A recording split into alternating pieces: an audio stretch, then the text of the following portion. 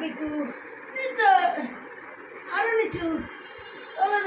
তুই তারকেশ্বর ভূতনাথ থেকে হেঁটে এসে এখন ব্যায়াম করছিস সঙ্গে?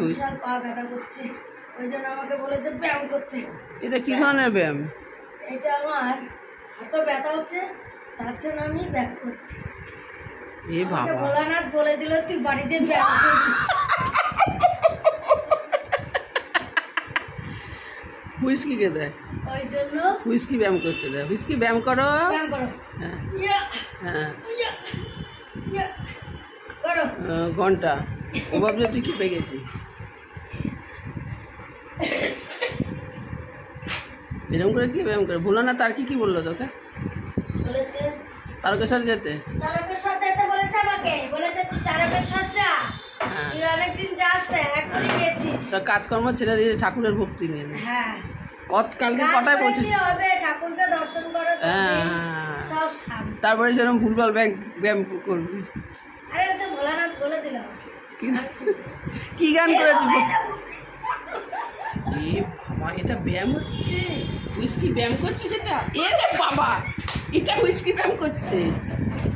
আর কিরকম করে ব্যায়াম করছে? ব্যায়াম ব্যায়াম এরকম ব্যায়াম, এরকম ব্যায়াম করো, এরকম ব্যায়াম করো। আর একটু ভালো করে পিকু করে রে, ব্যায়াম কর, ব্যায়াম করো, ব্যায়াম করো, ব্যায়াম করো, ব্যায়াম করো।